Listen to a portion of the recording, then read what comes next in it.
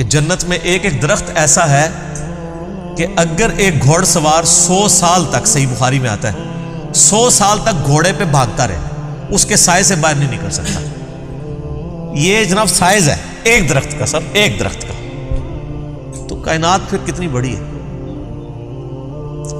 بخاری مسلم میں آتا ہے جو سب سے آخر میں جنت میں جائے گا نا دوزخ سے نکال کے، وہ سب سے ادنا درجے کا جنتی ہوگا، لاکھوں کروڑوں سال دوزخ میں جلے گا، جب اس کے سارے گناہ دھل جائیں گے دوزخ کے عذاب کے عوض، اور بس اس کے پلے صرف یہ نیکی ہوگی کہ اس نے زندگی میں ایک دفعہ لا الہ الا اللہ کہا ہوگا، بس یہ کلمہ اس نے پڑھ لیا ہوگا، لا الہ الا اللہ محمد رسول اللہ، یا اپنے بھی وقت کے پیغمبر پہ جو اپنے زمانے میں امتوں کے تھے ان پہ ایمان لائے ہوں گے۔ تو جیسے ہی اس کو بخاری مسلم کے الفاظ ہیں دوزخ سے نکالا جائے گا، اللہ تعالیٰ فرمائے گا ہاں بھائی تیرے لیے زمین سے 10 گنا بڑی جنت، تو کہے گا یا اللہ تو خدا ہو کے میرے ساتھ مذاق کرتا ہے۔ تو بخاری مسلم کے الفاظ ہیں کہ اللہ تعالیٰ اپنی شان کے لائق مسکرائے گا اس کی بات کے اوپر، اللہ فرمائے گا مذاق نہیں کر رہا، حقیقت بات ہے کہ جو یہ روئے ارض ہے، یہ جو میریکل پلانٹ ارتھ ہے، اس سے 10 گنا بڑی جنت ہے اس شخص کے لیے جو سب سے آخری درجے کا جنتی ہے۔ اور سر جو شروع میں چلے جائیں گے ان کی جنتوں کا کون اندازہ لگا سکتا ہے؟ بخاری مسلم کے الفاظ ہیں کہ جنت میں ایک درجے والا اپنے سے اوپر والے درجے کو یوں دیکھے گا جیسے تم ستارے دیکھتے ہو، اور وہ فرق ایک نیکی کا ہوگا، ایک نیکی کا، اور یہ درجوں کا فرق۔ یہ تو سر اب ہمیں جب سائنٹسٹ بتا رہے ہیں نا گلیکسیز کی تعداد، اور بتا رہے ہیں جی 2.5 ارب گلیکسیز ہیں، اور ہر گلیکسی میں 300 ارب سے زیادہ سورج اور اس کے ساتھ زمینیں ہیں، تو یہ اللہ نے پورا انتظام کیا ہوا سر۔ اس وقت بھی جتنی کائنات ڈسکور ہو چکی ہے نا، اگر یہی جنتیوں میں بانٹ دی جائے نا تو یہ بھی اس سے بڑی ہے۔ اللہ نے تو کیا کچھ پیدا کر دیا، اسی لیے قرآن حکیم میں آتا ہے نا کہ تمہارے رب کے لشکروں کو کوئی نہیں جانتا اس کے سوا۔ ہم تو یعنی مخلوقات کا احاطہ کر ہی نہیں سکتے جو کچھ اللہ نے پیدا فرما دیا۔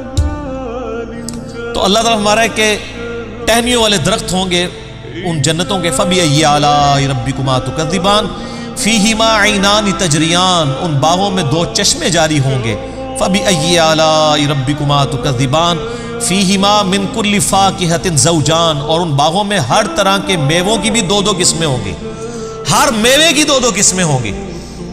اللہ اکبر۔ فَبِأَيِّ آلَاءِ رَبِّكُمَا تُكَذِّبَانِ متقین علی فرش بطائنها من استبرق، جو جنتی ہیں وہ تکیہ لگائے بیٹھے ہوں گے بستروں پر جن کے استر جو ہیں وہ گاڑے ریشم کے ہوں گے، وجن الجنتین دان، اور دونوں باغوں کا پھل نیچا جھکا ہوگا۔ یہ نہیں ہے کہ جناب آپ وہ درخت اتنے بڑے بڑے ہیں تو جناب آپ کو کوئی سیڑھی لگا کے یا کسی ڈرون میں بیٹھ کے جانا پڑے، نہیں، ٹہنی لٹک رہی ہوں گی، بلکہ اشارہ کریں گے تو ٹہنی اپنے پاس آ جائے گی، اور آپ اس کو پھل کے توڑ کے کھائیں گے، کیونکہ جنت کو تو فنا نہیں ہے، آپ کے توڑ کے ختم ہوگا ایک اور وہاں پہ لگ جائے گا۔ جنت میں کوئی چیز ختم نہیں ہونی سر، جتنا مرضی کھاؤ پیو، ختم کوئی چیز نہیں ہونی، جو آپ کھائیں گے نا آپ، اچھا، اور آپ کو بھی تکلیف سے آزاد کر دیا، کوئی پیشاب نہیں ہے، کوئی پخانہ نہیں ہے۔ بخاری مسلم کے الفاظ ہیں ایک خوشبودار ڈکار آئے گی سب کچھ ہضم، اور کوئی قبض والا معاملہ نہیں ہوگا، کوئی پیٹ خراب ہونے والا نہیں ہوگا، وہاں اپنے آپ لذت کے لیے کھائیں گے اور بھوک بھی نہیں ہوگی، بھوک کے بغیر بھی لذت کی وجہ سے آپ کھانا کھائیں گے، اور لذت کی وجہ سے آپ جتنا مرضی، یہاں پہ بھی لوگ بھوک کے بغیر لذت کے لیے کتنا کچھ کھا جاتے ہیں، کہتے ہیں میں تو انہیں کھانا کھا کے آیا تو رکھو تو پھر 2 پلیٹیں کھا جاتے ہیں، ٹھیک، ادھر بھی اتنے لوگ موجود ہیں، بعض میں جو کچھ بھی بیچاروں کے ساتھ ہوتا رہے تو وہ ایک علیحدہ بات ہے، لیکن وہاں پہ یہ کچھ نہیں ہوگا۔ فَبِأَيِّ آلَاءِ رَبِّكُمَا تُكَذِّبَانِ فِيهِنَّ قَاصِرَاتُ الطَّرْفِ لَمْ يَطْمِثُهُنَّ إِنسٌ قَبْلَهُمْ وَلَا جَانٌ، ان جنتوں میں نیچی نگاہوں والی حوریں ہوں گی جن کو نہ کسی انسان نے چھوا ہوگا نہ کسی جن نے اس سے قبل۔ اچھا، ان آیات سے اب یہ بھی پتہ چل گیا کہ جنوں کے لیے بھی ایک جنت ہے اور انسانوں کے لیے بھی جنت ہے۔ جنوں کے لیے ظاہر ہے ان کی ریکوائرمنٹس اپنی ہیں، آپ کو پتہ ہے، صحیح بخاری میں آتا ہے، صحیح مسلم کے اندر کہ نبی علیہ السلام نے منع کیا ہے کہ آپ گوبر یا ہڈی کے ساتھ استنجا نہ کریں، کیونکہ جنوں کی خوراک ہے اس کے اندر، ہماری خوراک تو گوبر یا ہڈی کے اندر نہیں اللہ نے رکھی ہوئی ہے۔ تو جنوں کی آرائش کا ان کی جو خواہشات کا سامان الگ سے ہے، ان کی جنت الگ ہے، انسانوں کی جنت الگ ہے، لیکن ان کے لیے اپنی جنیاں ہوں گی، تواڈے سے تواڈیاں جنیاں ہوں گی، ٹھیک ہے، وہاں لیکن جنیاں نہیں ہوں گی، وہاں پہ بڑی شریف قسم کی بیویاں ہوں گی جی۔ فَبِأَيِّ آلَاءِ رَبِّكُمَا تُكَذِّبَانِ كَأَنَّهُنَّ الْيَاقُوتُ وَالْمَرْجَانُ، اور یہ جنتی عورتیں ایسی ہوں گی گویا یاقوت اور مرجان ہیں۔ وہ تو صحیح بخاری میں آتا ہے کہ وہ یعنی ایسی ٹرانسپیرنٹ حوریں ہوں گی کہ ان کی جو پنڈلیاں ہیں، پنڈلیوں کے پیچھے ہڈیوں میں جو گودا ہے نا، وہ بھی ٹرانسپیرنٹ نظر آ رہا ہوگا۔ یہاں پہ تو خیر ان چیزوں میں شاید کوئی اتنی اٹریکشن نہ ہوگی، کوئی شیشے کی کوئی حور بن کے سامنے آ جائے، وہاں کی ریکوائرمنٹس ڈیفرنٹ ہیں، وہاں کے لیے وہاں جا کے پتہ چلے گا۔ فَبِأَيِّ آلَاءِ رَبِّكُمَا تُكَذِّبَانِ هَلْ جَزَاءُ الْإِحْسَانِ إِلَّا الْإِحْسَانُ، احسان کا بدلہ بجز احسان کے کیا کچھ اور بھی ہو سکتا ہے؟ ہائے ہائے ہائے، یہ اللہ ہی کا ہی فضل ہے سر۔ اس آیت کا جو سوز و گداز ہے نا، وہ ایک عربی سمجھ سکتا ہے۔ اللہ تعالیٰ فرماتا ہے کہ جس نے زندگی میرے لیے گزاری، جس نے میرے لیے دنیا میں تکلیفیں اٹھائیں، حلال و حرام کی تمیز کی، روکھی سوکھی کھا لی، میری وجہ سے اسے دنیا میں نمازوں کی مشقت اٹھانی پڑی، روزوں کی مشقت اٹھانی پڑی، جس نے اتنا احسان کیا ہے، اللہ پہ تو نہیں کیا لیکن اللہ تعالیٰ قدردان ہے۔ اللہ فرماتا ہے جس نے اس طرح کا احسان کیا ہو تو کیا اس کا بدلہ میری طرف سے احسان کے علاوہ کچھ اور ہو سکتا ہے کہ میں بھی اس کے ساتھ ویسے ہی احسان کروں؟ حالانکہ ہم نے اللہ پہ نہیں احسان کیا ہوا، لیکن یہ اللہ تعالیٰ کی قدر شناسی ہے کہ وہ قدر کرتا ہے انسان کہ بتاؤ اس احسان کا، اس نیکوکاری کا بدلہ کیا نیکوکاری کے علاوہ کچھ ہو سکتا ہے؟ جو تم نے نیکوکاری کی تو میں تمہارے ساتھ وہی نیکوکاری کروں گا، یعنی مراد یہ کہ جنت دوں گا۔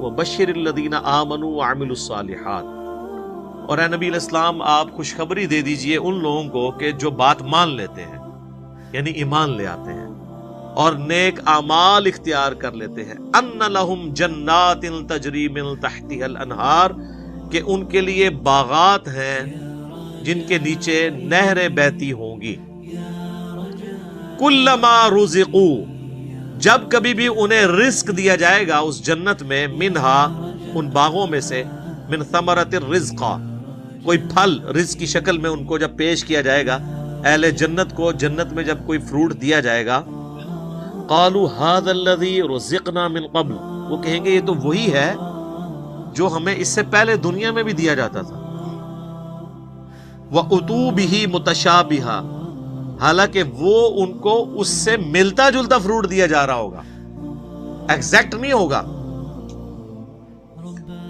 ملتا جلتا اس لیے دیا جائے گا کہ انسان کی ایک نیچر ہے۔ دنیا میں بھی آپ دیکھ لیں، آپ کسی دسترخوان پہ بیٹھے ہوں تو سب سے پہلے اس چیز کو ہاتھ ڈالتے ہیں جس کے ساتھ آپ مانوس ہوں۔ آپ کسی ولیمے پہ بھی جاتے ہیں تو آپ کے سامنے کوئی ایسی عجیب و غریب ڈش آ جائے تو آپ اس کے رسک نہیں لیتے کھانے کا کہ پتہ نہیں کیا ذائقہ ہو، الٹا پلیٹ بھر کے بیٹھ جاؤں اور اس دوران جو میں نے کھانا تھا وہ ختم ہی ہو جائے، یہ بھی چانس ہوتا ہے نا۔ تو انسان مانوس اس چیز کے ساتھ تھا جو پہلے اس نے اس کو ایکسپیرینس کیا ہو۔ یہ اللہ تعالیٰ نے انسان کی نیچر رکھی ہے۔ تو جنت میں بھی ابتدائی مہمان نوازی کے طور پہ جنتیوں کو وہ رزق دیا جائے گا جو دنیا میں وہ ایکسپیرینس کر چکے ہیں، آم، کیلا، انار، سیب، جو ہمارے ایکسپیرینس میں۔ اب دیکھنے میں تو وہ فروٹ دیکھنے میں تو ویسا ہی ہوگا، تو وہ کھانے سے پہلے ہی بات کریں گے کہ تو یہ وہی چیز ہے، ایتھے بھی آ کے وہی کچھ، لیکن نظر میں آئے گا کہ ان کے اس کی طرح کا ہوگا لیکن ویسا نہیں ہوگا۔ اب انور اٹور کا ذائقہ اور ایک دیسی آم کا ذائقہ برابر ہو سکتا ہے؟ دیکھنے میں تو دونوں ایک جتنے ہوتے ہیں، شکل و صورت بھی ملتی جلتی ہوتی ہے، لیکن زمین آسمان کا فرق ہے ٹیسٹ میں۔ اسی طریقے سے چونسے کا ٹیسٹ ہو یا کسی دوسرے آم کا، وہ برابر نہیں ہو سکتا۔ تو یہ تو دنیا میں اللہ نے اتنا فرق رکھا ہوا ہے، تو آخرت میں جو آم دیا جائے گا وہ دنیا والا آم نہیں ہوگا۔ ہاں شکل و صورت میں ضرور ملتا جلتا ہوگا، لیکن اس آم کی تو کیا بات ہے۔ اللہ تعالیٰ جنت میں ہمیں اپنے محبوب صلی اللہ علیہ وآلہ وسلم کا پڑوس نصیب فرمائے، آمین۔ وَلَهُمْ فِيهَا أَزْوَاجٌ مُطَهَّرَةٌ، اور وہاں پہ ہوں گی ان کے لیے پاکیزہ بیویاں۔ پاکیزہ بیویاں دنیا کی بیویاں بھی اور جنتی حوریں بھی، وہ آگے چل کے ذکر آ جائے گا اس حوالے سے. اچھا جنت میں جتنی بھی نعمتیں ہیں نا ان میں جو یعنی ڈومیننٹ نعمتیں ہیں ان کا کچھ نہ کچھ حصہ اللہ نے دنیا میں اس حوالے سے رکھا ہے کہ انسان اس نعمت کو ایکسپیرینس کر سکے. لیکن وہ زمین آسمان کا فرق ہے, لیکن کسی درجے میں ایکسپیرینس کروایا گیا, اور ایکسپیرینس کروایا گیا ہے تو تبھی ان چیزوں میں اٹریکشن ہے. اگر اٹریکشن نہیں ہوگی تو اس کے لیے تگ و دو کون کرے گا. تو اسی طریقے سے یعنی جو ایک اللہ تعالیٰ نے جذبہ رکھا ہے انسان کے اندر, اس کا ایکسپیرینس دنیا میں کسی فارم میں کروایا تبھی جنت کی حوروں کا لالچ دیا جا سکتا ہے. اور اسی طریقے سے جو فروٹ ہے اس کا ذائقہ دنیا میں رکھا ہے, جبھی جنت کی فروٹ کا آپ کو لالچ دیا جا سکتا ہے. باقی تو بخاری مسلم میں حدیث ہے کہ اللہ تعالیٰ نے جنت میں وہ نعمتیں تیار کر رکھی ہیں جو نہ کسی آنکھ نے دیکھی, نہ کسی کان نے سنی, نہ کبھی کسی کے دل پہ بھی اس کا گمان ہوا.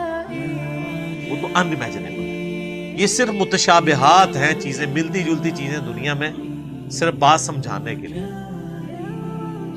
اور دنیا کی نعمتیں تو فنا ہونے والی ہیں, لیکن ان نعمتوں کے ساتھ آ رہا ہے وَهُمْ فِيهَا خَالِدُونَ, وہ رہیں گے ہمیشہ ہمیشہ اس کے اندر, نہ ختم ہونے والی نعمتیں. اچھا دنیا میں کوئی بڑے سے بڑی بھی نعمت ہے نا, وہ اچھی انسان کو لگتی ہے, لیکن جیسے ہی اس کے چھوٹ جانے کا خیال آتا ہے تو دل کے اوپر غم کا غلبہ ہو جاتا ہے. اور جنت میں غم نہیں ہے, اس لیے جنت میں ہمیشہ کی نعمت ہے.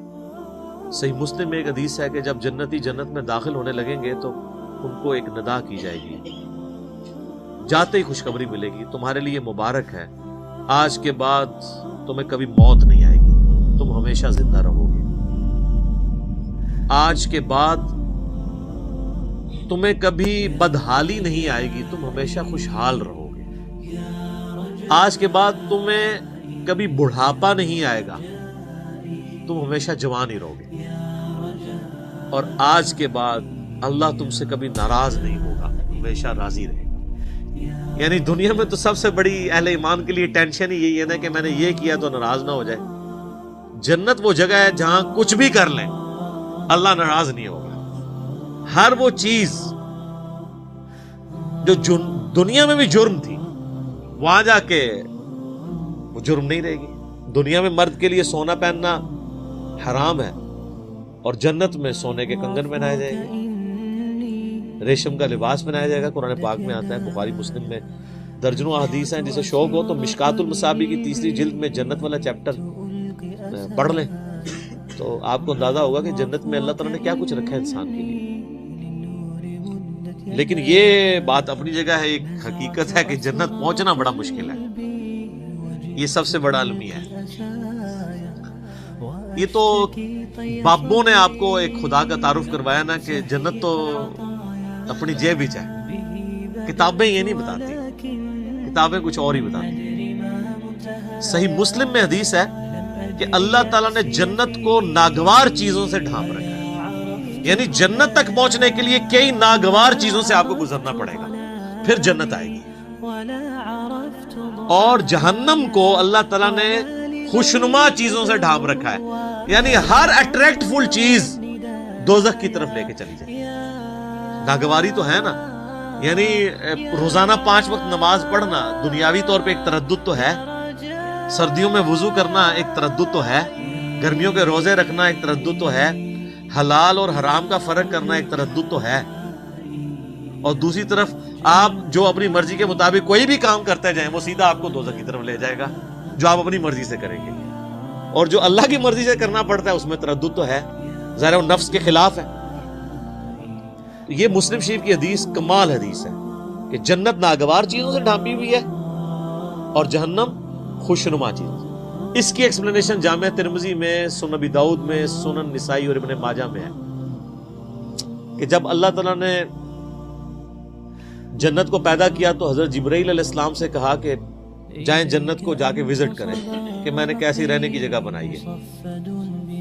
جب حضرت جبرائیل علیہ السلام جنت گئے اور اس کی خوبصورتی دیکھی تو اللہ تعالیٰ نے کہا کہ جبرائیل کیسا پایا جنت کو؟ کہا اللہ تیری عزت کی قسم کوئی بندہ ایسا نہیں ہوگا جو اس میں جانے کے لیے جان دھڑ کی بازی نہ لگا دے. کیا زبردست جگہ تُو نے بنائی ہے. اللہ نے فرمایا اچھا, اللہ تعالیٰ نے جنت کو ناگوار چیزوں سے ڈھانپ دیا, کہ مسلم شریف کی حدیث ہے, اور کہا اب جا کے ذرا جنت کو دیکھو. جب وہ دیکھ کے آیا تو انہوں نے کہا تیری عزت کی قسم مجھے نہیں لگتا کوئی بندہ جنت میں جانے میں کامیاب ہوگا, اتنا مشکل ہے. سر یہ ہے کتابوں کا خدا. یہاں کہتے ہیں نہیں جناب, ایک دفعہ بھی پڑھ لیا, ایک دفعہ بھی پڑھ لیا, ایک پھیرا ہی لگے گا. اور سورہ فرقان میں اللہ فرماتا ہے کہ جہنم ہمیشہ رہنے کے لیے بھی بری جگہ ہے اور ایک لمحے کے لیے رہنے کے لیے بھی بری جگہ. آپ لاکھ کہتے رہے کہ پھیرا لگے. اچھا یہ پھیرا بھی اس لیے ہم کہتے ہیں کہ ہم نے کبھی اس پھیرے کو امیجن نہیں کیا, آپ کو ادھر بیٹھے بیٹھے امیجن کروا دیتے ہیں. اگر کسی شخص کو یہ کہا جائے کہ ایک فجر کی نماز چھوڑنے پہ آپ کو فجر سے ظہر تک ایک ایسے کمرے میں وقت گزارنا پڑے گا جو 10 بائی 10 فٹ کا ہوگا, اس میں 100 کوبرا سانپ ہوں گے, 100 بچھو ہوں گے, 100 اژدہے ہوں گے, لیکن صرف فجر سے ظہر تک بس, تو کوئی امیجن بھی کر سکتا ہے اس کو؟ وہ ان سانپوں کو تو آپ مار بھی سکتے ہیں, جہنم کے سانپ کے بارے میں کوئی سوچ بھی سکتا ہے؟ چونکہ ہم نے امیجن نہیں کیا ہوتا اس لیے ایک پھیرے کی بات کرتے ہیں. اور یہ تو بہت بڑی میں نے مثال دی ہے. اگر کسی شخص کو کہا جائے نا کہ فجر کی نماز چھوڑنے پہ فجر سے ظہر تک آپ کو صرف ایک موم بتی کا وہ چھوٹا سا جو فلیم ہوتا ہے نا اس کے اوپر یوں ہاتھ رکھنا پڑے گا فجر سے ظہر تک, سر 10 سیکنڈ نہیں کو رکھ سکتا. تو یہ کہنا آسان ہے پھیرے والی بات.